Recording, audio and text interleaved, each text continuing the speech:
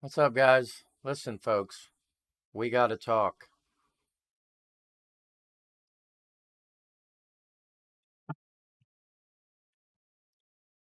There's a correlation between mass migration and climate change,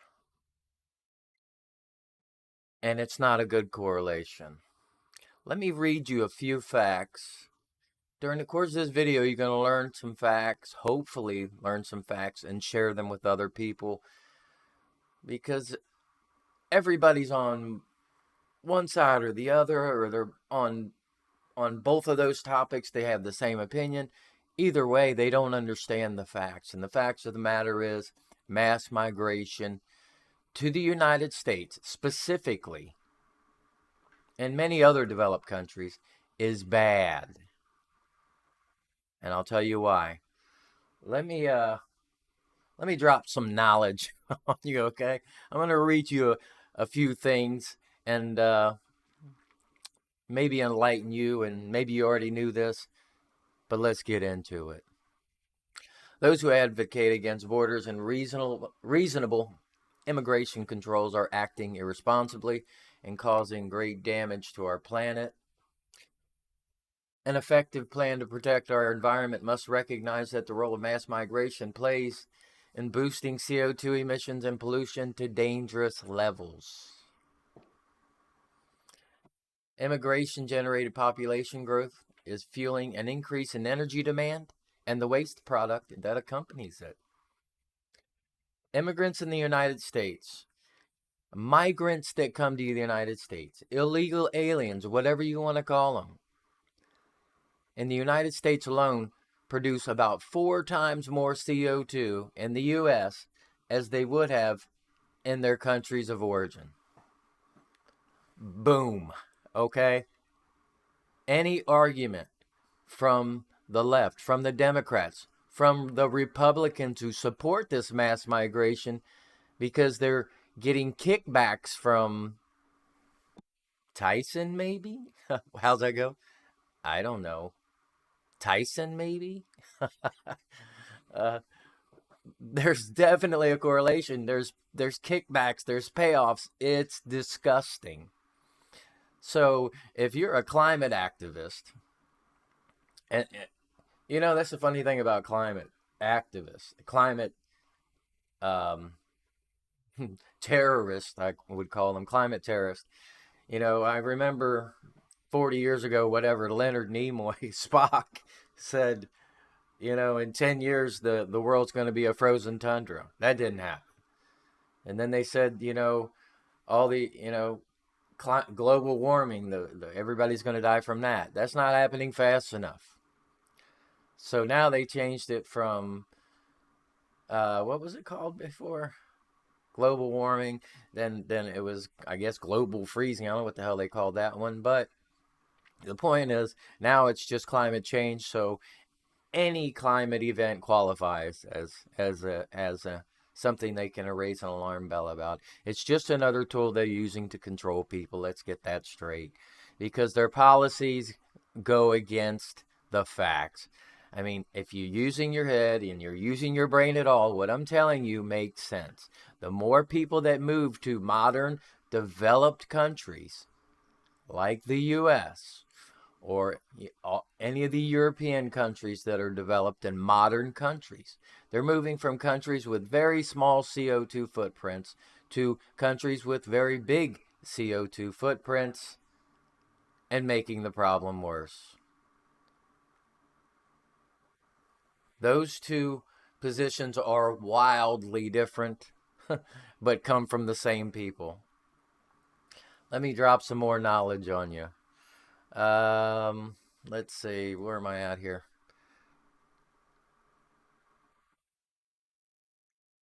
While issuing apocalyptic warnings about climate change, the United Nations simultaneously encourages countries to accept even more migrants.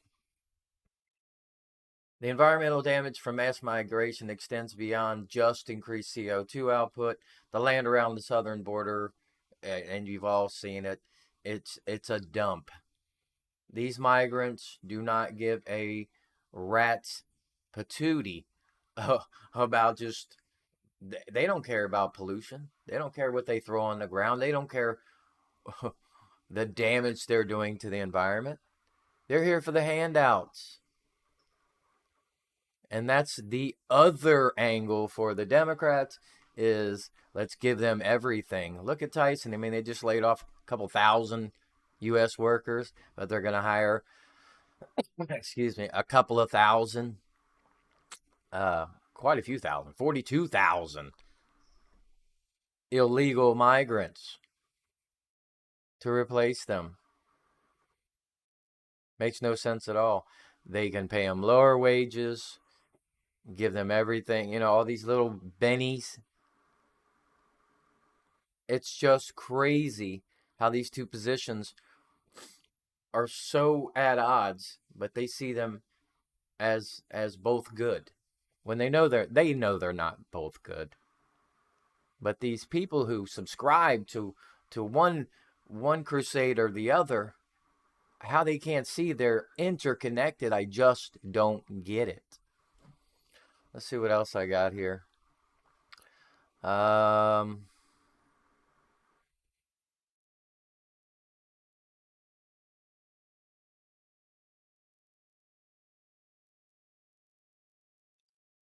any legitimate discussion about or conversation about protecting our environment must include an honest conversation about the fact that you're letting all these people in here. This is just another facet of this whole thing.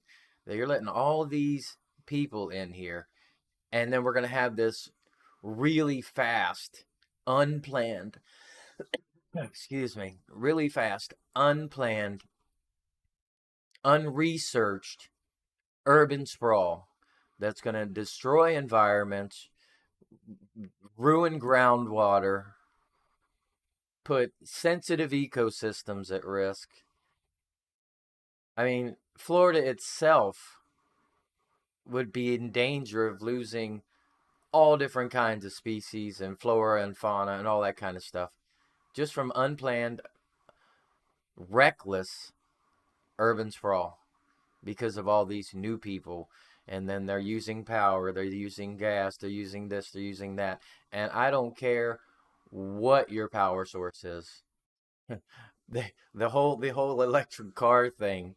Then you see the picture of looks like Indiana Jones where they're on that huge archaeological dig. You see thousands of people digging in these holes, digging in the dirt. That's what they're doing with these little kids, digging out the lithium for the batteries. None of this stuff is going to not affect the environment. The biggest uh, impact being had on the environment is the open border policies of modernized countries.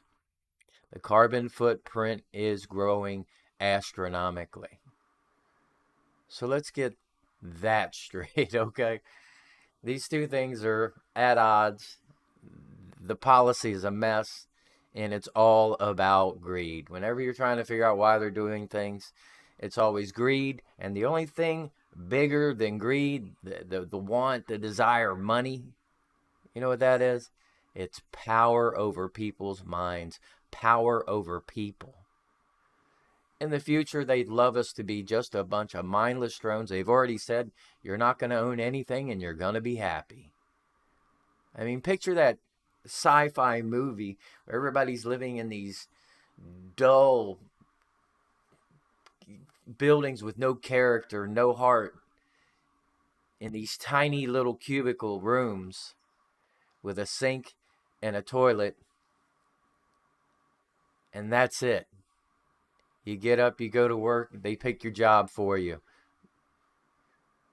You don't dream about what you want to be when you get older. That's what we're headed towards. We cannot afford another 4 years of Joe Biden, folks. You have to vote Trump. He's not perfect, and nobody is. But at least we'll have time to make decisions rationally about how we want to do things. Nobody wants to destroy the environment. Elon made a very good point the other day, though, long after we're gone. But the sun is expanding, so no matter what we do, the planet's not going to make it, or we're not going to make it. I don't know if the planet will just be a barren wasteland. It'll be like Mars or something. But excuse me. The point is, I love nature as much as anybody, and I think most conservatives respect nature more than most left leaning people do, as loud as they yell. You see how they live? These extremists, they live, they tear stuff up, they wreak havoc. They don't really care about the environment. We've seen them in action.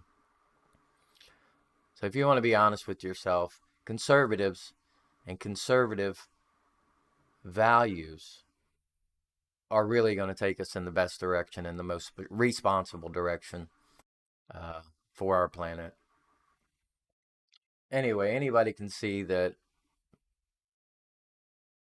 their positions never make any sense, and mass migration is destroying the planet at a faster and faster rate, and it's a horrible, horrible idea. I mean, isn't it obvious?